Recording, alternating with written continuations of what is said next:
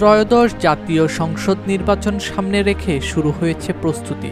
এরই অংশ হিসেবে সংশ্লিষ্ট সংস্থার সাথে দফায় দফায় বৈঠক করেছে প্রধান উপদেষ্টা অধ্যাপক ডক্টর মোহাম্মদ ইউনূস। এমন সময়ে ক্ষমতা হস্তান্তর প্রক্রিয়া কেমন হবে সে বিষয়ে গুরুত্ব আরোপ করলেন স্থানীয় সরকার, পল্লী উন্নয়ন ও সমবায় এবং যুব ও ক্রীড়া মন্ত্রণালয়ের উপদেষ্টা আসিফ মাহমুদ সজীব ভূঁইয়া।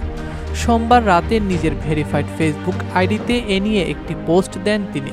সেখানে তিনি লেখেন, একমাত্র গণতান্ত্রিক প্রক্রিয়ায় দায়িত্ব হস্তান্তর হবে। ক্ষমতায় যে আসুক, অন্য কোনো উপায়ে ক্ষমতা দখলের ফন্দিফিকি করলে ৫ আগস্টের মতোই প্রতিরোধের মুখে পড়বে। এদিকে ত্রয়োদশ জাতীয় সংসদ নির্বাচনের প্রস্তুতি শুরু করেছে অন্তর্বর্তী সরকার।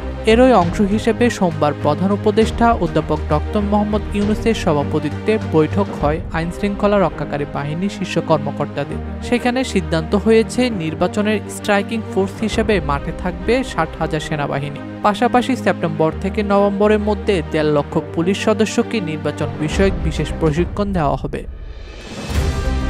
ডেস্ক রিপোর্ট, দৈনিক দেশকাল।